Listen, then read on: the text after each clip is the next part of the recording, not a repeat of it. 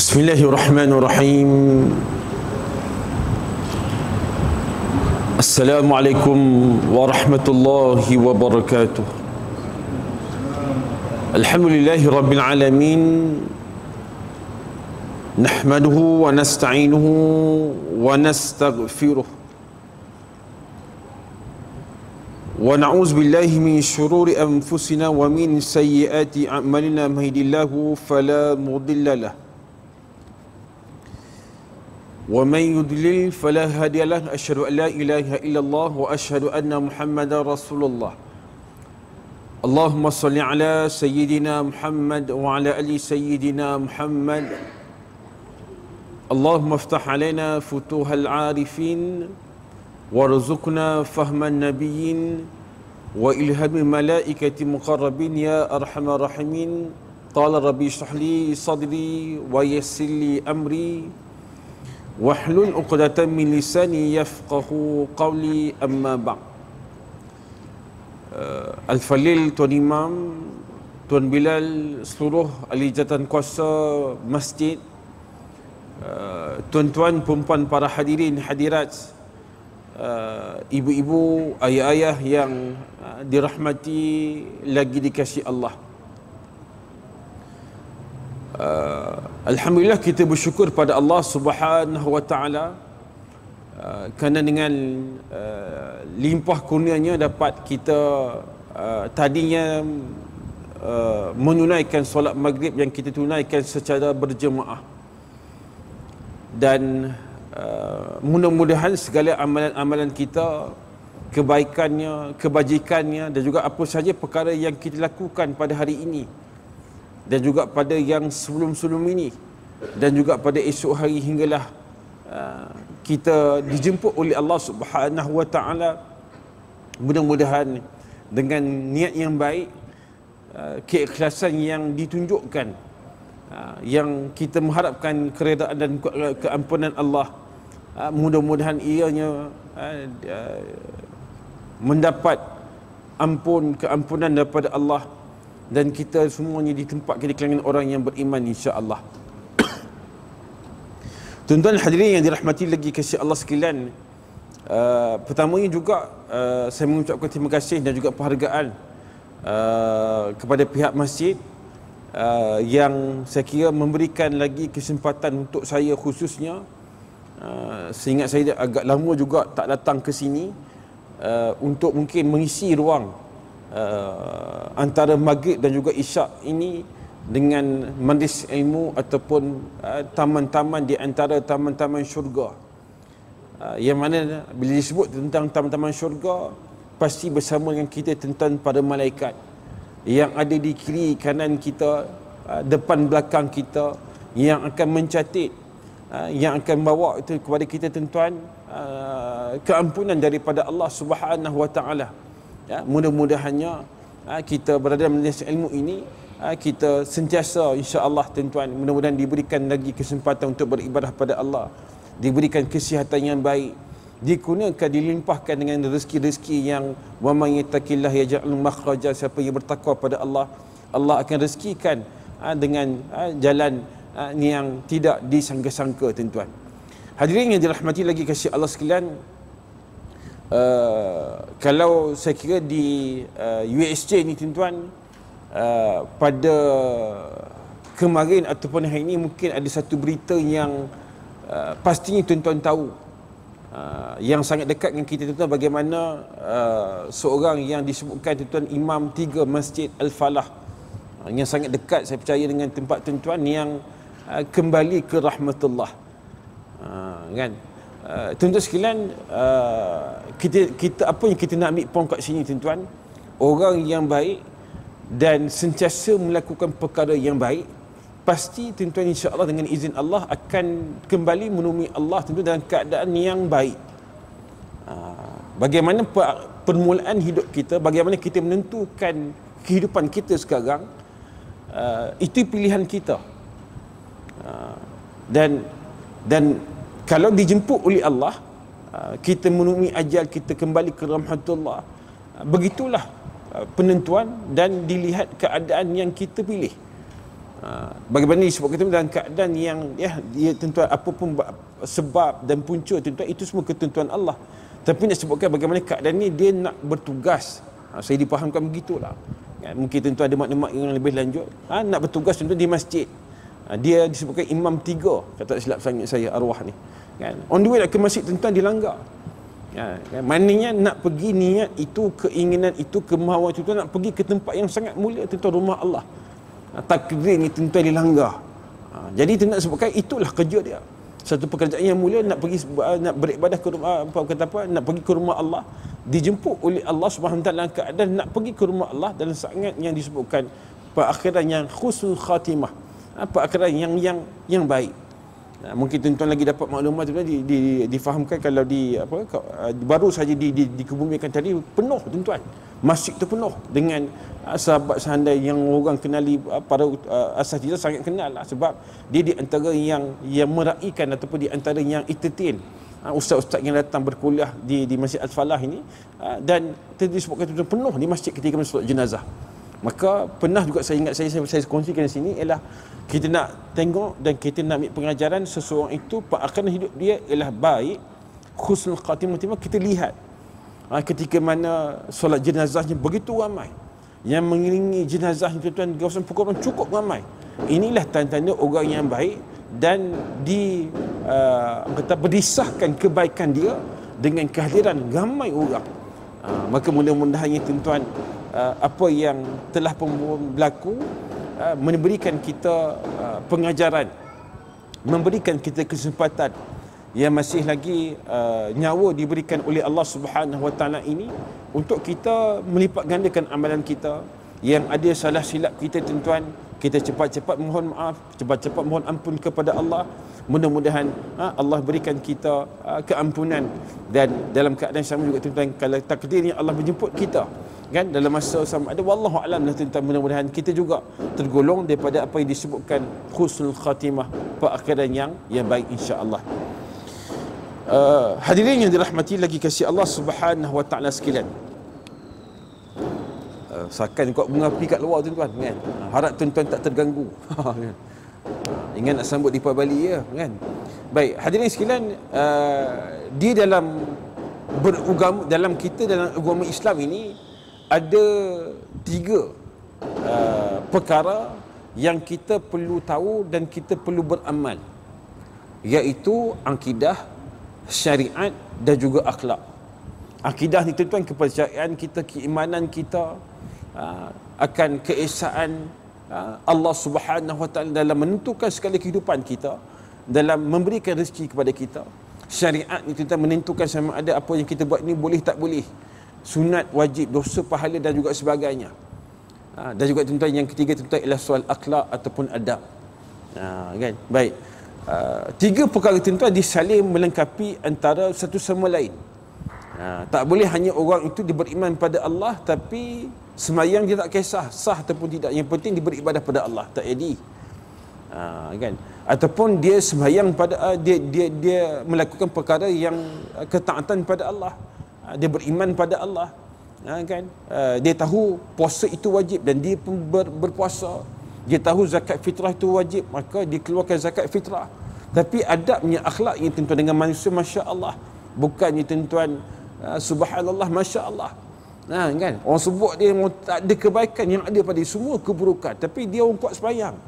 Kalau tahu tentang soal rezeki, dia boleh cerita rezeki itu daripada Allah, boleh cerita tuan-tuan, sejam bagi kat dia cerita pada rezeki, dia boleh cerita. Tapi adab dia ketutur kata dia tuan-tuan ke laut, out tuan-tuan. Sebab apa? Sebabnya ialah akhlak yang tidak baik. Hadis sekalian ialah bagaimana kita sebutkan ialah baik akidahnya, syariat tuan-tuan dan juga akhlak ini saling melengkapi antara satu sama lain. Kalau tuan-tuan kita ada RM3, kita beli aiskrim RM1, aiskrim Malaysia. Kan? Tuan-tuan, RM1 kita ada lagi RM2, boleh hidup bagi tuan-tuan.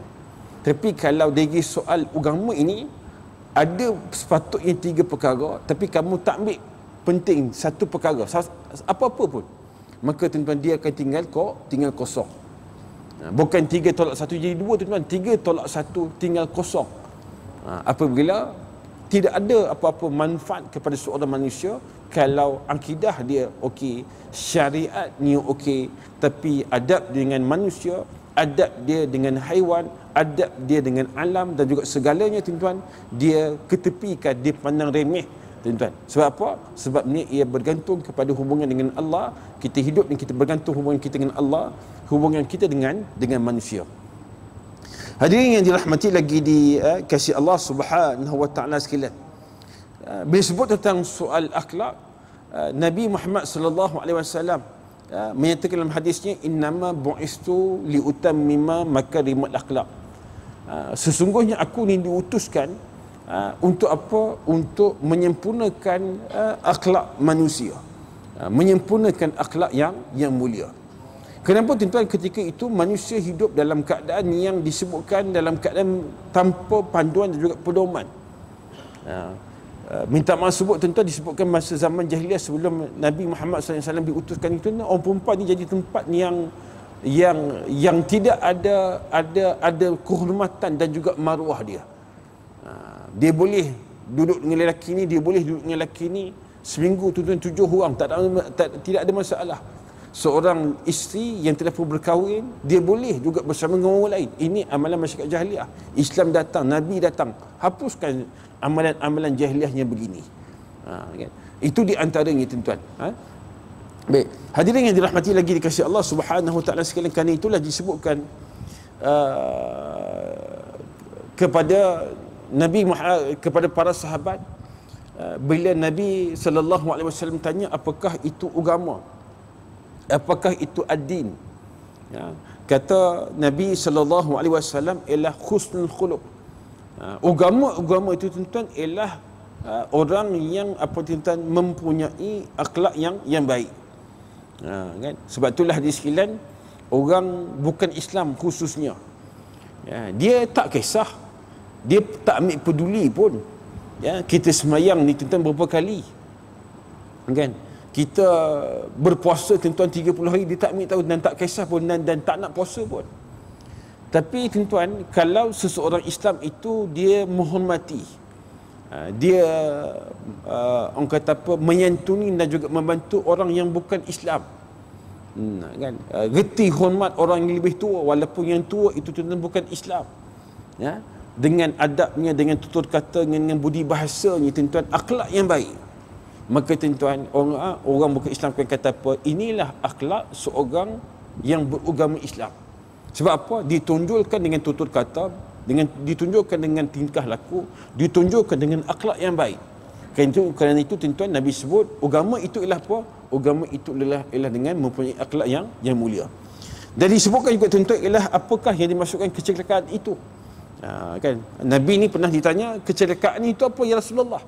Maka Nabi kata ialah su'ul khul, iaitu kecelakaan itu ialah mempunyai akhlak yang teruk, akhlak yang jahat, akhlak yang buruk tuan-tuan. Baik, hadirin yang dirahmati lagi kasih Allah Subhanahu wa taala sekalian, bila kita nak berkait tentang bab akhlak dengan semayang, kan? Tuan-tuan, kita hidup ni dah berapa lama dah? Kan? Saya ambil ni tuan-tuan untuk kita bermuhasabah bersama, khusus untuk saya. Kita semayang ni tuan-tuan dah berapa lama dah? Hari ni tuan-tuan kita semayang 5 waktu, mudah-mudahan 5 waktu fardu sehari semalam. Kalau tuan-tuan kita setahun ada 365 ataupun tahun lompat 366 hari. Darab 5 tuan-tuan. Saya tak sempat nak kira, tuan-tuan ada handset boleh buka kalkulator kira 365 darab 5 berapa dah tuan-tuan. Kan? Pastinya tuan-tuan tak kurang lebih katakanlah tuan-tuan plus mana 15,000 kali kita semayang fardu setahun. Kalau kita nak ambil 300 darab 5 tuan-tuan, kan lebih kurang 15,000 lah. 15,000 kali semayang fardu untuk tempoh setahun. Baik, kita semayang ni baru tahun ni je ke? Tak, sebelum ni pun dah semayang dah. Berapa tahun dah? Berpuluh-puluh tahun. Kalau yang masih muda tuan-tuan mungkin dalam 20 tahun, 30 tahun hadirin sekalian. Baik, Nabi sebut apa tuan-tuan kalau kaitan antara semayang dengan berakhlak ni tuan-tuan? Nabi sebut apa? Malam tunhihi salatuhu anil fahsya'i wal munkar lam yazdad binallahi illa bu'dah. Kan? Sesiapa yang tidak dapat dihalang solatnya daripada melakukan perkara jahat dan mungkar, beliau adalah bertambah jauh daripada Allah Subhanahu wa taala. Ini tuan-tuan, kalau kita ambil setahun 15,000. Kalau di dah yang 10 tahun, maknanya tuan-tuan 150,000 kali sembahyang fardu sahaja. Sembahyang sunat tak kira lagi. Dia telah bersembahyang, tapi 10 tahun dia sembahyang tu tuan-tuan. Dia dengan orang, semua orang salah, dia seorang je betul. Tengok orang tuan-tuan atas bawah, besar kecil, semua salah, dia seorang je betul. Aku je betul. Kan? Tak reti nak hormat orang. Sukum itu, mana sembahyang itu tidak mendapat, dia sembahyang itu tidak dapat mencegah dia daripada melakukan perkara yang fahsyah wal munkar, dan yang lebih teruk pada itulah dia dengan Allah SWT. Allah semakin jauh, Allah buat tak tahu dengan dia. Seseolah kamu sembahyang, ya sembahyang, tapi aku tak ambil tahu, aku tak ambil peduli. Sebab apa? Tak dapat dengan sembahyang kamu itu menjadikan kamu ni orang yang baik, orang yang sempurna, orang yang apa kata apa? Yang mempunyai akhlak yang baik. Betul tuan-tuan, kita ni tidak akan sempurna. Kita tidak akan sempurna, betul, tapi kita tidak akan bermudah-mudah buat perkara yang tidak baik. Kan? Sebab itulah hadirin yang dirahmati lagi dikasihi Allah Subhanahu wa taala sekalian. Kalau kita lihat kan, kita ambil contoh mudah. Orang yang diberikan rezeki oleh Allah Subhanahu wa taala pergi haji, pergi umrah. Satu, alhamdulillah tuan, satu rezeki yang tak semua mampu dan terpilih. Orang yang pergi tuan, kalau kita lihat, kalau dia dah menyimpan, menabung tuan 10-20 tahun nak pergi umrah tuan, bahkan pergi haji tuan, kadang-kadang umur 60 baru boleh pergi yang anda tabung haji.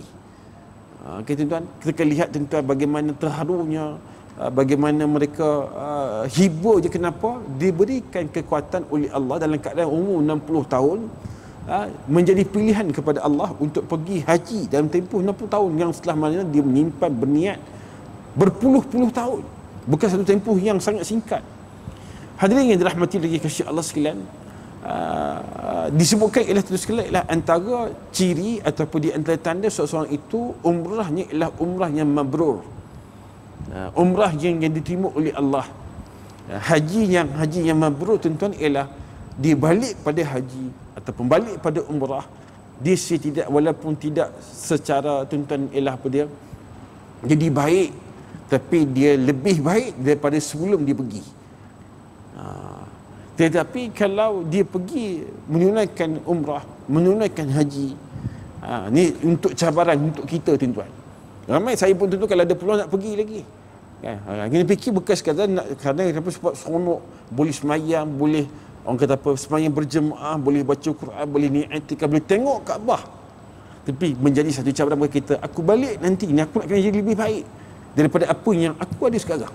Apa dia tuan-tuan? Apa kita nak tu? Ialah soal akhlak, soal adab kita. Kan? Baik, hadirin yang dirahmati lagi dikasihi Allah Subhanahu wa taala sekalian. Baik. Maka kan itu tuan-tuan, saya kesempatan yang ada pada malam ni saya nak ambil mungkin 2-3 perkara. Apa yang disebutkan dalam kitab Mazayat ni Itiman Islam. Apa artinya saya mengenai Islam, berkaitan tentang apa yang disebutkan pada muka surat 57. Sifat-sifat yang perlu ada kepada seorang Muslim yang berakhlak dengan orang Muslim yang sebenar. Bukan sekadar nama aku Azam Azizi, aku dah Muslim, confirm nanti aku masuk syurga. Bukan sekadar nama kita Muslim dan dilihat Muslim, tapi mesti mengamalkan kemusliman kita itu supaya kita benar-benar beramal dengan agama Islam. Baik, yang pertama sekali tuan-tuan disebutkan ialah tuan-tuan kita ini kena bersifat wara' daripada melakukan perkara-perkara yang syubhah. Kan? Perkara syubhah tuan-tuan dalam keadaan kita ni banyak sangat perkara yang berlaku. Perkara-perkara syubhan itu masya-Allah yang disebutkan ialah dalam satu hadis Nabi sebut al-halalul bayyin wal haramul bayyin wa bainahuma umurun mushtabihat. Perkara yang halal itu jelas, perkara yang haram itu jelas, wa bainahuma umurun mushtabihat, perkara yang yang berada di antara halal ataupun haram. Yang tengah-tengah ni tuan-tuan ialah wa bainahuma umur mustabihat, perkara yang mustabihat, perkara yang tak jelas hukum dia boleh tak boleh. Kan? Halal, nak kata halal pun tak halal, nak kata haram pun tidak. Ini tu, maka kita jauhkan. Baik, contohnya apa hadirin yang dirahmati lagi dikasihi Allah Subhanahu Wa Taala sekalian. Sebab tuan-tuan, kenapa kaitan, saya beri contoh mudah tuan-tuan, ialah kaitan akhlak ni tuan-tuan. Nak menjadi seorang orang yang berakhlak mulia, mesti dalam kita ni, hati kita, jiwa kita mesti dalam keadaan yang baik. Ada selalu tuan-tuan satu kata-kata yang saya mesti ingat lagi tuan-tuan, pernah dikongsikan, saya dengar dalam TV tuan-tuan, oleh Profesor Datuk Dr. Muhaya, sebut apa tuan-tuan, dunia dalaman kita ni, dunia yang kat dalam ni, maknanya hati kita, fikiran kita, akal kita, dunia dalaman kita ni ialah dunia luaran kita. Maknanya kalau hati kita baik, insya-Allah baiklah dia. Kalau hati kita keras, kalau hati kita tuan-tuan, minta na'udzubillah min zalik, minta sebut hati ialah hati yang busuk, hati yang tak boleh suka dengan kesenangan orang, rasa hasad dengki dengan kelebihan dan juga apa yang Allah berikan pada seseorang. Maka tuan-tuan, kita akan lihat tingkah laku dia bagaimana. Sebab apa? Dunia dalaman dia itu ialah dunia luaran dia. Kan? Baik.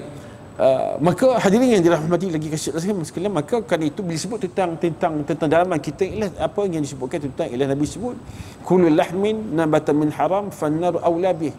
Setiap darah daging yang tumbuh daripada sumber yang haram, maka nerakalah layak. Maknanya apa? Apa yang kita makan, apa yang kita minum, itulah yang akan menjadi darah daging kita. Hadirin sekalian, kita ambil contoh mudah tuan-tuan sekalian, perkara yang orang yang bersifat Muslim, dia mesti menjauhi ataupun bersifat warak daripada melakukan perkara yang syubhah.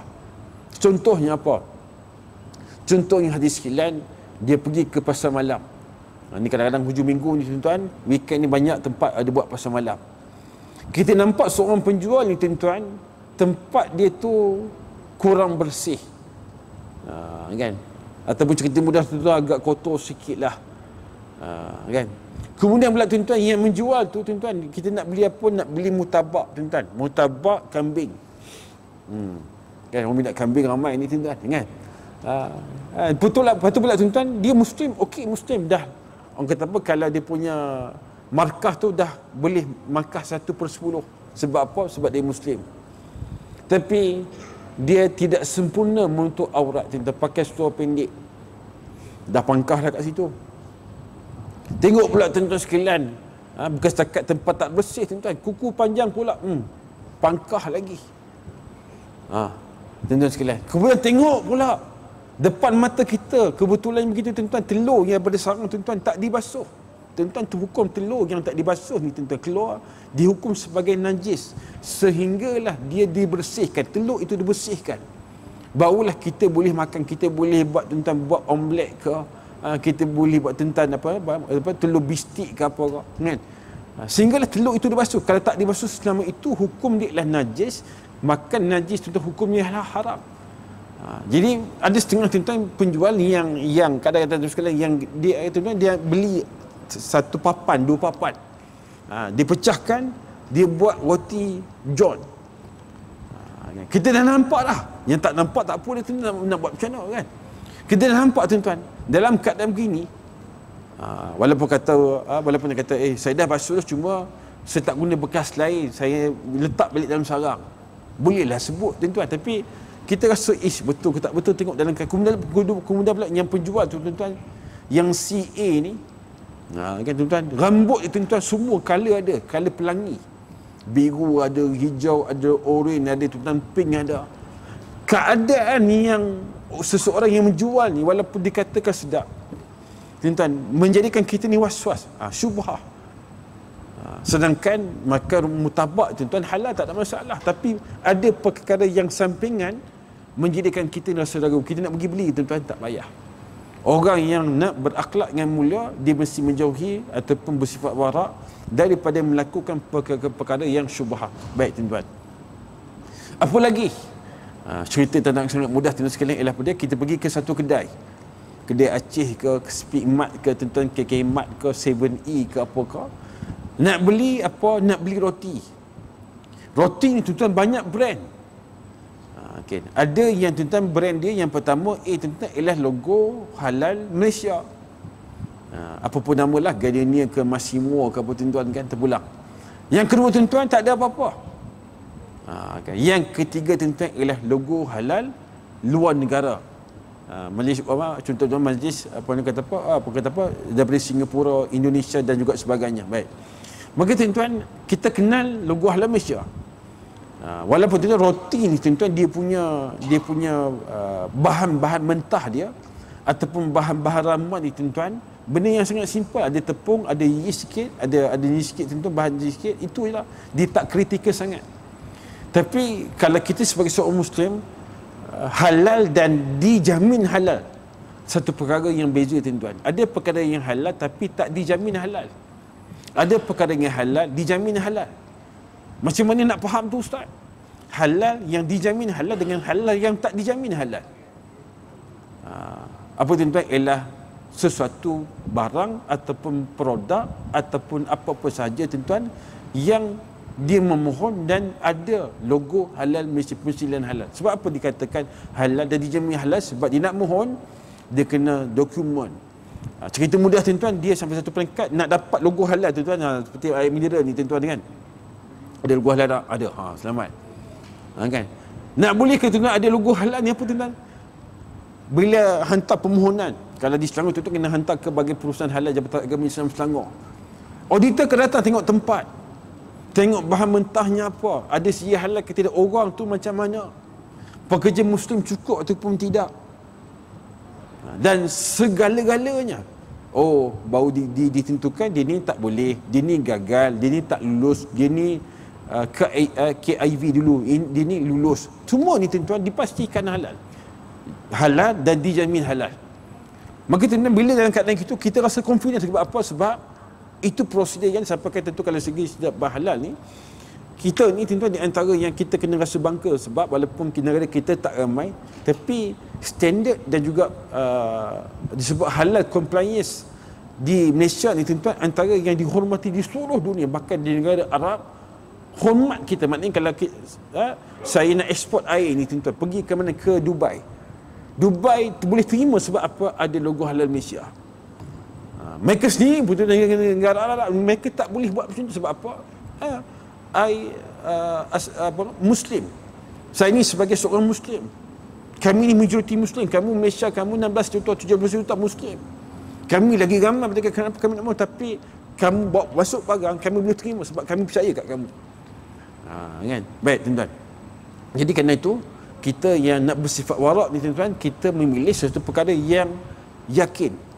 Yakin iaitu kalau di segi bab makan itu ialah yang halal dan dijamin halal.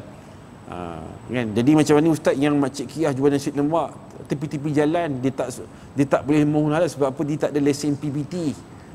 Kadang setengahnya lesen perniagaan pun tak ada, memang tak boleh lah, memang tak boleh. Maka tuan-tuan haji sekalian, dia bergantung kepada tuan-tuan setidak-tidak ada dua perkara. Ni kan. Mereka yang tuan-tuan yang agak proper, ada shop lot, ada kilang industri tuan-tuan, mereka akan mohon lah. Sebab apa? Untuk mohon tuan-tuan, dia kena ada lesen PBT, kena ada berdaftar di bawah Suruhanjaya Syarikat Malaysia. Banyaklah dia punya prosedur dia. Tapi kalau yang IKS yang Makcik Limah, Makcik Kiah tuan-tuan, Pak Abu yang jual nasi dagang, nasi lauk tuan-tuan tepi tu, dia Muslim tuan-tuan. Kesianlah dia kalau dia tak ada logo halal, orang tak nak beli. Tak tuan-tuan. Tapi setidaknya kita kena pastikan apa dia, ialah kita lihat kepada siapa yang menjual. Bukan siapa, tapi bagaimana keadaan dia mempraktikkan Muslim dalam kehidupan dia. Contoh saya tuan-tuan, saya ni agak bukan kata cerewet sangat bab makan minum ni tuan-tuan. Tapi kalau tengah-tengah duduk bubuh nasi, kita nak bungkus tuan-tuan, bubuh nasi, bubuh lauk, sambil-sambil duduk isap rokok tuan-tuan, minta maaf sebut. Kalau saya tak belilah. Walaupun ini nasi ustaz, apa kaitan dengan rokok? Kan? Sebab tuan-tuan, sebab dia ialah tuan-tuan ada sila, sebab kita sebutkan kalau dari segi kalau banyak perbincangan tuan-tuan, rokok ni macam-macam lah. Kan? Maknanya sampai satu peringkatnya ialah kamu sampai satu peringkat kamu nak menjual ke nak merokok. Kalau nak merokok pergi jauh sikit. Kan? Macam setengah-setengah tempat hadir sekalian kan, macam setengah tempat macam isteri saya, ini tuan-tuan, dia kalau buat kedai-kedai mamak ni dia agak kurang sikit. Memang bukan sekat kurang, memang tak masuk terus. Sebab apa? Sebabnya ialah tak dinafikan, sebahagian dia ada jaga kebersihan, tapi sebahagian yang dilihat tuan-tuan tak kebersihan ni out. Kalau pergi ke dapur, pergi tandas, ya Allah. Jadi setengah orang tak boleh pergi. Setengah orang tak apa kedai mamak. Nak buat macam mana? Tapi setidak tuan-tuan ialah kalau mereka yang tidak ada persilahan halal ini, apa yang disebutkan ialah dilihat kepada orang tersebut. Kan, kalau dia berpakaian dalam keadaan yang menutup aurat, dan kebersihan itu, tuan-tuan sekalian, kita lihat puas hati, tuan-tuan tak ada masalah, belilah. Tetapi kalau kita ada diberikan pilihan alternatif yang tuan-tuan yang lain, maka tuan-tuan sekalian kita ambil yang halal dan dijamin halal. Baik. Saya nak sebut sikit lagi tentang dalam bab ini ialah contohnya apa?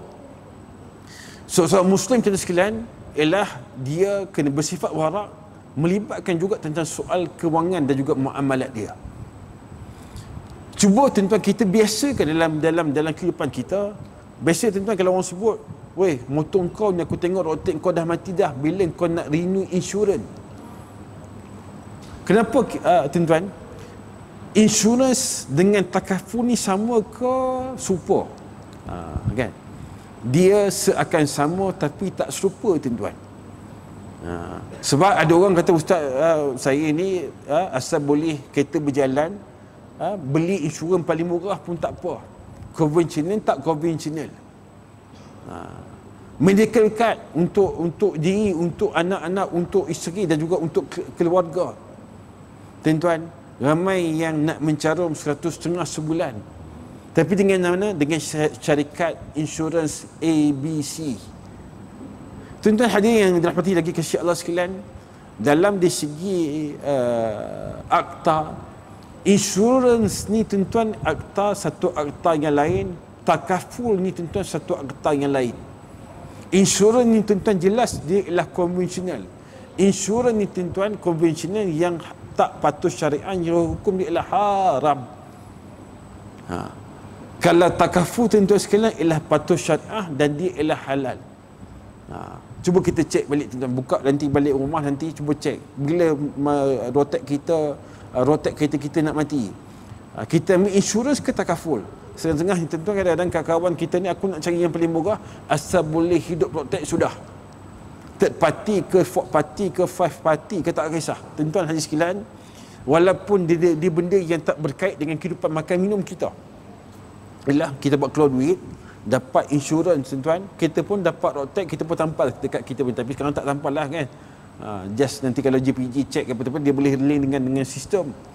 Tapi sekalian, kalau kita buat itu, kita meredai perkara yang haram berlaku dalam kehidupan kita. Allah sebut tentang wala tarkanu ilal ladzina zalamu fatamassakumun nar. Jangan kamu cenderung kepada benda-benda yang zalim.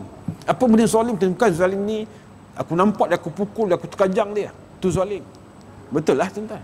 Tapi ialah zalim ialah apabila suatu perkara yang kita tahu benda tu tak boleh. Benda tu haram, insurans haram. Kan? Tapi kita yang volunteer, kita yang membuat pilihan untuk terjebak dengan perkara yang haram, maka zalim kita, maka kita na'udzubillahi min zalik. Allah sebut fatamassakumun nar. Orang macam ni kalau dia tak sempat bertaubat, tempat di dalam neraka Allah Subhanahu wa taala. Hadirin yang dirahmati lagi kasih Allah Subhanahu wa taala sekalian, begitu juga dalam kehidupan kita ni, kalau berlaku perkara yang syubhah, kalau kita tak tahu akan jelas hukum dia, maka tuan-tuan kita tinggalkan. Baik. Nabi sebut tuan-tuan, peringatan kepada kita, la yablughul amdu an yakuna minal muttaqina hatta yad'a ma la ba'sa bihi hazaran mimma bihi ba'sun. Seseorang itu tidak akan dapat mencapai peringkat muttaqin. Tuan-tuan kan, tuan-tuan kita sebut takwa itu cerita banyak dalam Quran kan. Ya ayyuhallazina amanu kutiba alaikumus syiyam kama kutiba alal ladzina min qablikum la'allakum tattaqun. Kita berpuasa ni sebab apa? Nak jadikan kita orang bertakwa. Dalam surah Al-Baqarah sebut tuan-tuan, alif lam mim zalikal kitab la raiba fi hudan lil muttaqin. Kita buat takwa juga tuan-tuan. Ayat 1000 dinar tuan-tuan, wa man yattaqillah yaj'al lahu makhraja. Siapa yang bertakwa pada Allah, Allah akan Allah akan bagi kat dia tuan-tuan pintu jalan keluar.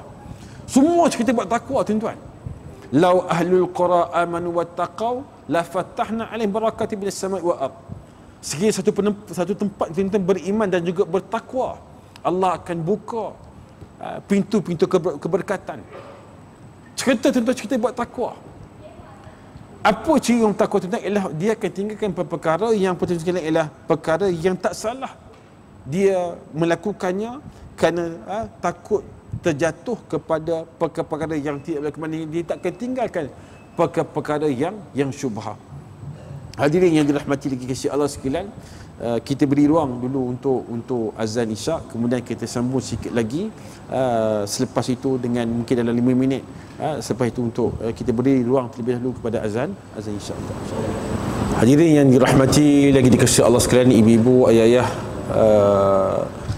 sebagai kesimpulannya, kita dalam kehidupan kita sebagai seorang manusia, sebagai seorang hamba Allah, kita dituntut untuk kita mempunyai akhlak yang baik. Bukan bermaksud bahawasanya kita tidak mempunyai akhlak yang baik sekarang. Cuma ada perkara dalam rutin harian kita, dalam kita berinteraksi sesama manusia, berinteraksi sesama makhluk ni tuan-tuan, kita kena bersifat dengan akhlak yang baik. Hadis sekalian, tadi kita sebutkan banyak berkait tentang soal kita dengan orang yang lain. Tapi dalam sebut soal akhlak itu tuan, kadang-kadang kita lepas pandang soal akhlak kita dengan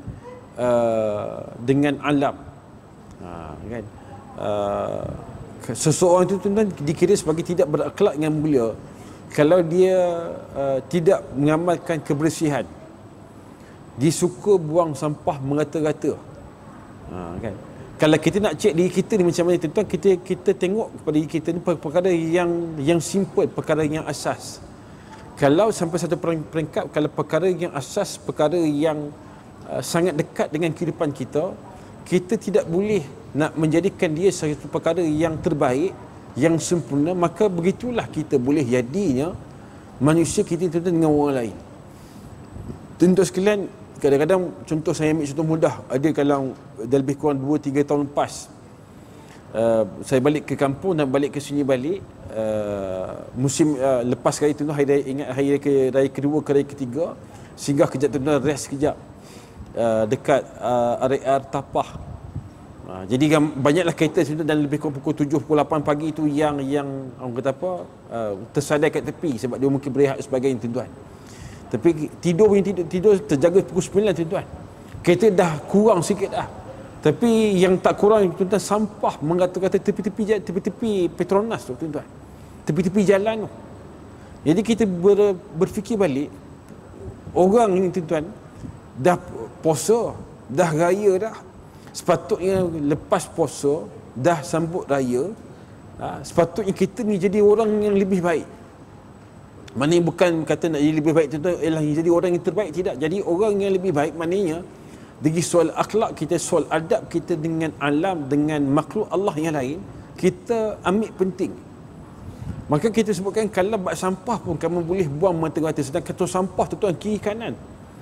Banyak pilihan tuan-tuan, tapi memilih untuk buang sampah soalan sebab apa? Sebab ni jalan ada tukang cleaner, ada majlis pemendaran, buang sampah mengata-kata.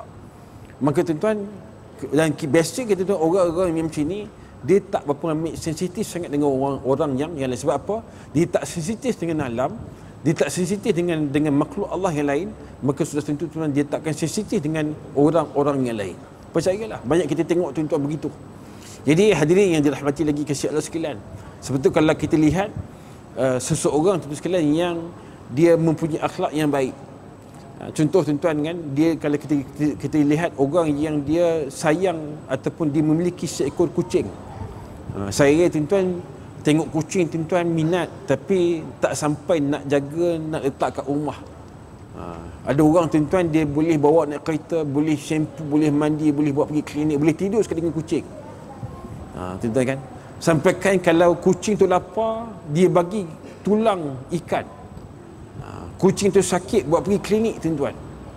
Dia tak boleh dengar orang kata apa, suara kucing. Sebab apa? Dia tahu kucing tu lapar. Tuan-tuan sekalian, maknanya orang begini, kan? Orang yang betul sekalian yang ada kucing ni, kita lihat kawan saya tuan-tuan yang mereka ada memelihara kucing ni, kan? Dan kalau dia makan, tuan-tuan, kucing datang kat dia bagi juga isi ikan ke, bagi apa pun makanan lah. Tuan-tuan, dia ni orang-orang yang pemurah.